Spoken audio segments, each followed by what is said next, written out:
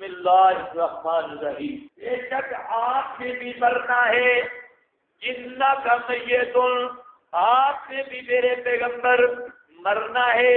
وانہم میتون، اور بے شک ان مشرکوں نے بھی مرنا ہے، انہوں نے بھی مرنا ہے. ثم انکم یوم القیامہ، پھر بے شک تم نے قیامت کے دن عند ربکم، اپنے رب کے ہاں، تختصمون، جھگڑو گے. وہاں پر جھگڑا ہوگا. عند ربکم تختصمون. انک میت، کیا معنی کرو گے؟ انک میت، اے میرے محبوب آپ نے بھی مرنا ہے. وانہم میتون، اور ان مشرکوں نے بھی مرنا ہے. کیا مطلب؟ مشرکین یہ کہا کرتے تھے کہ محمد صلی اللہ علیہ وسلم سے موت آ جائے گی ہماری جان چھوٹ جائے. یہ ہر طرف سے مسئلہ بیان کرتا ہے، اور مسئلہ توحید سوا مسئلہ ہی کوئی نہیں. ان پہ موت آئے گی ہماری جان چھوٹ جائے گی ان سے. تو اس لیے فرمایا، اللہ تعالیٰ نے جواب دیا، انک میتون وانہم میتون. میرے محبوب یہ مسئلہ ٹھیک ہے، مرنا آپ نے بھی ہے اور بچ وہ بھی نہیں سکتے. موت آپ پہ بھی آئے گی اور موت ان پر بھی آئے گی. جی اب ذرا غور کر لو، بلکہ میرا خیال ہے آگے تھوڑا ترجمہ چلا لیں، آیت میں بعد میں بات کرتے ہیں. انک میتون وانہم میتون، یہ بات تھوڑی سی مؤخر کرتے ہیں، آگے ذرا ترجمہ لکھ لو. ثم انکم یوم القیامہ، بے شک پھر تم قیامت کے دن عند ربکم تختصمون، اپنے رب کے ہاں تختصمون، تم جھگڑو گے. وہاں پر سارا کیس آئے گا. ومن اسلم، بس کون بڑا ظالم ہے، ممن کذب علی اللہ، جو جھوٹ بولے اس آدمی سے کہ جھوٹ بولے اللہ پر، اللہ کے ذمہ بات لگا دے کہ فلانا اللہ کا رکھتا ہوا ہے اور فلانے کو اختیارات مل گئے ہیں، یا فلانا اس کے آگے شفیع ہے، یا یہ ہمارے ہیلا وسیلہ ہے، یا اللہ نے موت کے بعد حیات دنیاوی کا مسئلہ بیان کیا ہے کہ انبیاء زندہ ہیں حیات دنیاوی کے ساتھ، یا کہے اللہ نے فرمایا مردے سنتے ہیں اور نہیں کہ انبیاء سنتے ہیں. یہ من ازلم، کون بڑا ظالم ہے، ممن کذب علی اللہ، اس آدمی سے جو جھوٹ بولے اللہ پر، وکذب بالصدق، اور جھٹلائے سچی بات کو.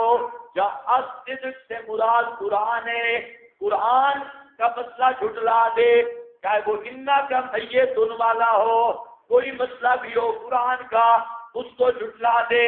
اذ جاءہ، جب آپ پہنچے اس کے پاس، الیس فی جہنم، کیا نہیں ہے جہنم میں، مثوی للکافرین، ٹھکانہ واسطے کافروں کے.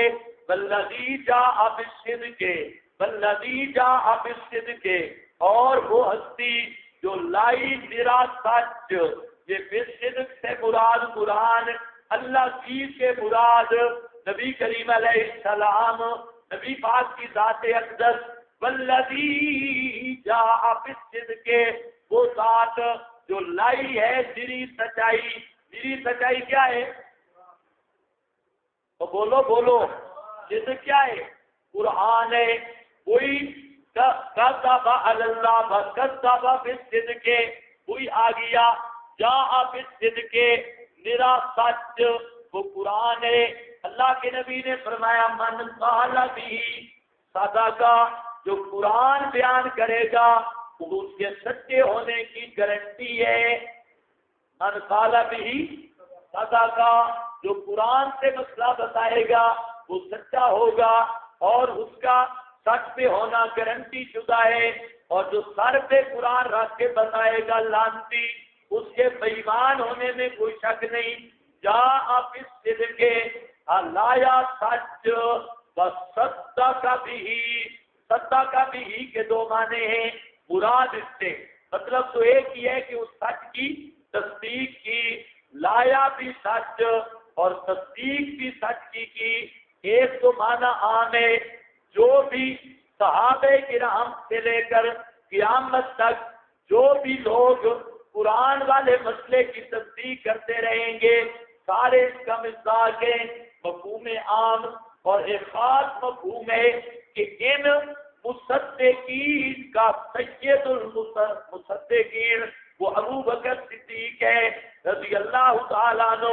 سب سے پہلا مصدق ابو بکر صدیق، حضرت علی کا حوالہ دے چکا ہوں نا، ہاں، مجمع الزوائد سے کہ سم اللہ فی کتابہ صدیقہ، اللہ نے ابو بکر کو اپنی کتاب میں صدیق نام رکھا ہے، اور والذی جاء بالصدق وصدق بہ، تو معلوم ہوتا ہے صدق بہ کا افضل سباق ابو بکر صدیق، اولئک هم المتقون، ثمرہ دنیاوی یہی لوگ جو قرآن والے سچ کو بچا گئے اور قرآن کی تصدیق کر گئے، قرآن والا سچ مانا بھی اور اس کی تصدیق بھی کی، یہی لوگ ہیں هم المتقون۔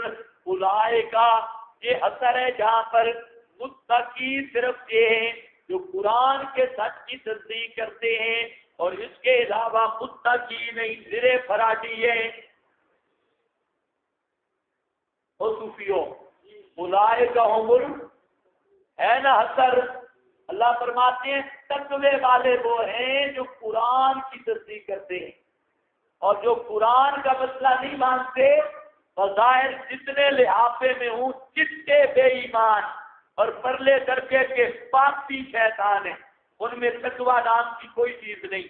تقوی نام ہی تصدیق قرآن کا ہے، جو قرآن کا مسئلہ مانتا ہے وہ متقی ہے، اور جو قرآن کا مسئلہ نہیں مانتا وہ شیخ الحدیث ہوگا، وہ امام بنا ہوا ہوگا، اور وہ پیر صاحب ہوں گے، لیکن انسان کا بچہ بھی نہیں اور متقی بھی نہیں۔ اولئک هم المتقون، متقی صرف وہ ہے جو صدق بہ، قرآن والے مسئلے کی تصدیق کرتا ہے، صدق بہ، اولئک هم المتقون۔ معلوم ہوتا ہے تقوی کی بنیاد ایمان بالقرآن ہے، لہم ما یشاءون، ثمرہ ہے واسطے ان کے وہ ہے جو چاہیں گے، عند ربہم، اپنے رب کے ہاں، ذالک جزاء المحسنین، یہی جزا ہے محسنین، دل سے نیکی کرنے والوں کی، لیکفر اللہ، لیکفر، یہ دوسرا ثمرہ آ گیا، اور قرآن کی تصدیق کرنے والے، قرآن کا مسئلہ ماننے والے، اللہ فرماتے ہیں مٹا دے گا اللہ انہم، ان سے، اسوا الذی، ان کے بڑے برے عمل بھی، عملو، جب بڑے برے مٹا دیے تو چھوٹے بدری کے اولا مل جائیں گے، اور بدلہ دے گا ان کو اجرہم بے آسانے، ہے بڑا سونا، سونے عمل کا، سونا عمل عقیدہ توحید والا، اور جب عقیدہ توحید قبول ہے تو بقیہ اعمال بھی اس کے ضمن میں قبول ہوں گے۔ الذی کانوا یعملون الیس اللہ بکاف عبدا، امام قرطبی نے اور دیگر حضرات نے لکھا، آپ کی کچھ توجہ ہے یا بارش سے؟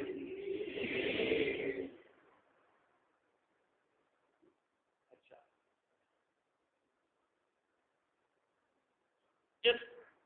ان آیات میں غور کرو نا، اس سے چند مسئلے نکل رہے ہیں۔ ایک تو مسئلہ یہ ہے کذب اللہ کے مرتکب سے بڑا کافر کوئی، کذب اللہ کے مرتکب سے بڑا کافر کوئی نہیں۔ دلیل فمن، بول پڑھو من اللہ، اور کذب اللہ کی چند صورتیں، اللہ پر جھوٹ بولنے کی چند صورتیں ہیں. ایک یہ ہے کہ اللہ نے ایک بات نہیں کی اور یہ کہتے ہیں اللہ نے فرمایا ہے، حالانکہ اللہ نے وہ بات نہیں کی اور کہتا کہ اللہ نے فرمایا. اے خطیبانہ انداز کا بھی ذرا خیال کیا کرو. خطیب جو اپنا لطف ہوتا ہے نا، اپنا ٹوٹکا، وہ ٹوٹکے پر کہتا ہے اللہ نے فرمایا، حالانکہ ہوتی خطیب کی بات ہے اور کہتا ہے اللہ نے فرمایا. یہ بھی اس قسم سے کذب علی اللہ. اس لیے بیان میں بھی احتیاط چاہیے. اللہ نے جتنا فرمایا وہ تو بیان کرو، اور جہاں حضرت صاحب کی تشریح شروع ہو وہ انداز ایسا رکھو کہ سامعین کے سامنے واضح ہو بھئی یہاں تک خدا نے فرمایا تھا اور آگے سے ہمارے خطیب کا فرما رہے ہیں. اور یہ نہ ہو کہ اللہ نے فرمایا اپنی بات بھی خدا کی بات کے ساتھ ملا دی. کچھ قرآن کا حصہ تھا، کچھ خطیب نے اپنا اجتہاد ملا کے اوپر فرمایا قال اللہ. یہ بھی ہے فمن اظلم. اس کذب کا مصداق ہے کذب علی اللہ. دوسری صورت ہے تحریف فی مراد اللہ. اللہ تعالی نے ایک بات فرمائی اور اللہ تعالیٰ کی مراد بدل لینا، مراد کو تبدیل کر کے دوسری مراد بیان کرنا، یہ بھی خدا پر جھوٹ ہے. اللہ تعالیٰ نے اپنی کتاب میں جو مسئلہ بیان کیا اور جو مراد ہے اس آیت کی، اسی آیت کی مراد لو اپنی طرف سے. اگر وہ مراد سے آیت کو پھیر دیا اس کا نام کیا بنے گا؟ تحریف. اور تحریف کی کئی قسمیں ہیں. تعریف کی اپنا تحریف لفظی ہے، لفظوں میں گڑبڑ کرنا، اس سے قرآن محفوظ ہے. اور دوسرا تحریف معنوی ہے، قرآن پاک کے معنی کو بدلنا. تیسرا تحریف بالمصداق ہے، قرآن پاک کے مصداق اور مورد کو بدل دینا، یہ بھی تحریف ہے. مقصود الہی کو بدلنا. تو تحریف کی سب اقسام، چاہے وہ تحریف باللفظ ہو، تحریف بالمعنی ہو، تحریف بالمصداق ہو اور مراد ہو، اس میں کسی قسم کی تحریف کا ارتکاب کرنا یہ فرض ہے. فمن اظلم ممن کذب علی اللہ. سمجھ گئے یا نہیں سمجھ گئے؟ یہ اسی کے ضمن میں تعویل فاسد اور تعویل باطل وہ بھی اس کا فرض ہے. وَكَذَّبَ بِالصِّدْقِ. اس صدق سے مراد قرآن.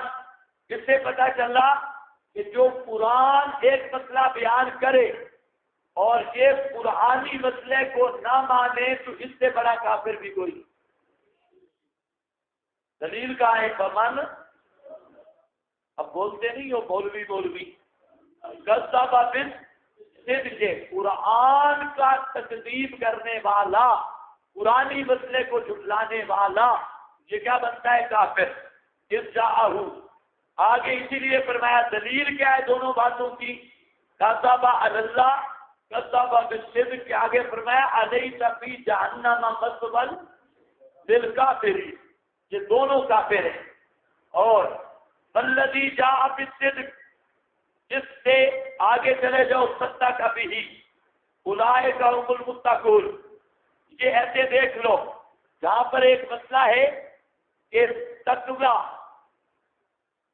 یا اعمال یا جزا کا دار و مدار ہے تصدیق قرآن پر، قرآنی مسئلے کی تصدیق پر.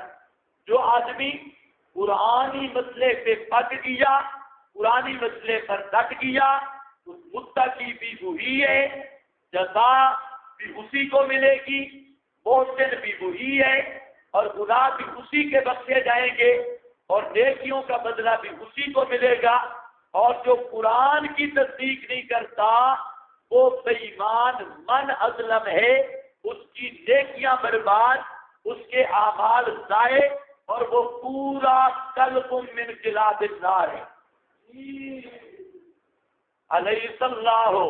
لوگوں نے بھی تقوی کے معیار بنائے ہیں. ماتھے پہ محراب، ڈنڈا لمبا اور سلوار اوپر، گھٹنے تک. اس دن ہم ایک بزرگ کی تقریر سن رہے تھے اس نے جہاں تک شلوار تھی یہ چادر باندھی ہوئی تھی، ہاں وہ جب ایک پاؤں ادھر رکھتا تھا ایک ادھر، بالکل مجھے مقامات کے سارے مقام آگے ذہن میں، اور آگے کبھی بھاگ جاتا ہے کبھی پیچھے بھاگتا ہے، اور شلوار اوپر جب بیٹھے تو میں نے کہا حضرت آپ کا تو یہ گھٹنا بھی ننگا ہو رہا تھا جب آپ جوش میں آتے تھے، ایک پاؤں ادھر دوسرا پاؤں ادھر، اور تقریر یوں کر رہا تھا ہاتھ باندھ کے، تو یہ سب کچھ بک بک بازی خدا کے ساتھ فراج، تو مطلب کیا ہے تقوی کا یہ معیار نہیں، اور ہر وقت لوٹا کان سے تقوی کا معیار نہیں، مسواک کان سے اتو ٹنگا ہوا ہونے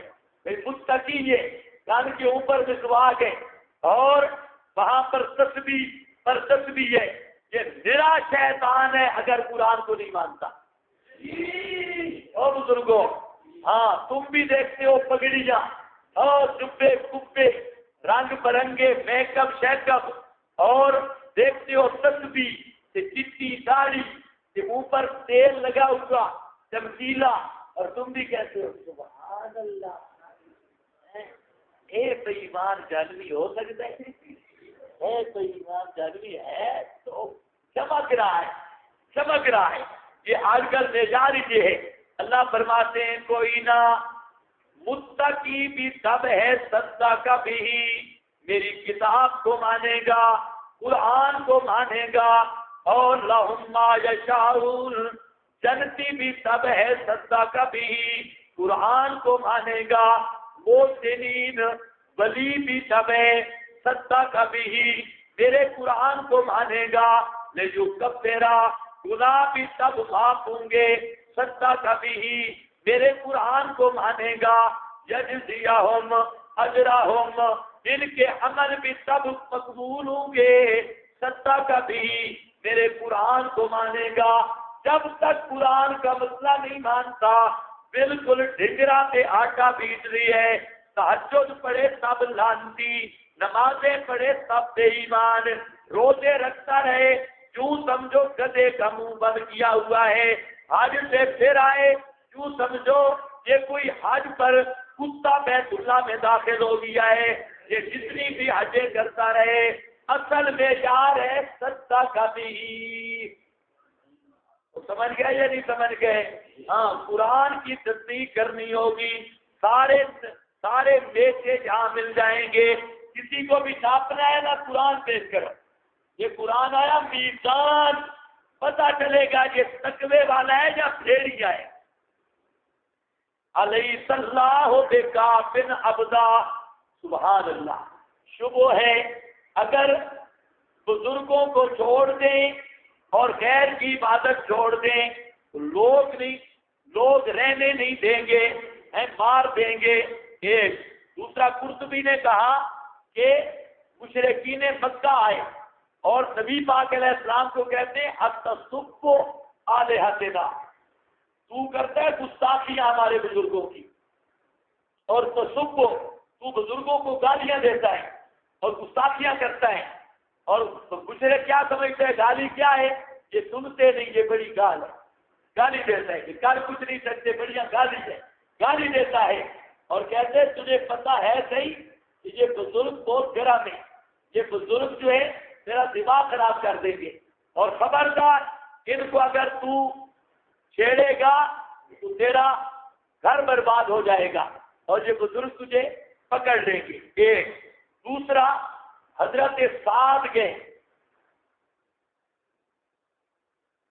وہ موسیٰ فقیرنی کے دربار کو گرانے کے لیے، حضرت سعد مسئلہ الہ میں پڑھ آئے، وہاں پر مسلم مجاور نے بھی بڑا ڈرایا، آج کل بھی جو ہوتا ہے کہتے ہیں بابے کی گستاخی چھوڑ دے ورنہ بابا پکڑے گا، اور شرک کراتے ہیں۔ ادھر ہمارے نور پور میں ایک بڑا دربار ہے، بہت بڑا دربار، اور وہاں پر جب سامن کا مہینہ آتا ہے تو میلہ لگتا ہے، بڑا میلہ، اس کے بارے میں مشہور ہے کہ ایک سال میلہ نہیں لگا، رات کو بابا آ گیا کٹا بن کے، بھینسے کی شکل میں بابا آیا، اور وہ جو ایس ایچ او تھا اس کی چارپائی کو سینگوں پہ بابے نے بابا کٹا تھا اور سینگوں پہ اس کو مارا، اس لیے ہر سال میلہ ہوتا ہے۔ اور اب جو بھی وہاں پر آئے افسر اس کو ڈراتے ہیں بھائی بابا یہ سینگوں پر آدمی کو مارتا ہے۔ اور آپ نے سنا ہوگا یہ جو احاطہ ہے بھائی فقیر نہیں والا، اس سے بیری کا درخت نہیں لینا اور ڈنڈی نہیں لینی، ورنہ اندھے ہو جائیں گے اور یہ نظر چلی جائے گی۔ فلانا آدمی تھا نا، کبھی آپ بزرگوں کی مجلس میں بیٹھے، فلانا وہابی تھا نا، وہابی جس نے کی نا بزرگوں کی گستاخی، اس کی آنکھیں چلی گئی ہے، اس کی گائے مر گئی ہے، اس کا فلانا ہو گیا۔ یہ نبی پاک علیہ السلام کو بھی دھمکیاں دینے لگے۔ اللہ نے فرمایا علیہ اللہ بکافٍ عبدہ، کیا نہیں ہے اللہ کافی اپنے بندے کو؟ علیہ اللہ بکافٍ عبدہ، کیا نہیں ہے؟ یہاں خاص مراد تو نبی پاک ہیں، اور قیامت تک آپ کے سچے متبع سب کے لیے حکم ہے عبدہ، اپنے خاص بندے کو، وَيُخَوِّفُونَكَ، اور ڈراتے ہیں تجھے میرے پیغمبر، بِالَّذِينَ مِن دُونِهِ، ان بزرگوں سے جو اللہ کے سوا، یعنی جن کو یہ پوجتے ہیں۔ نیچے کیا لکھا ہے پتہ نہیں، یقولون احبها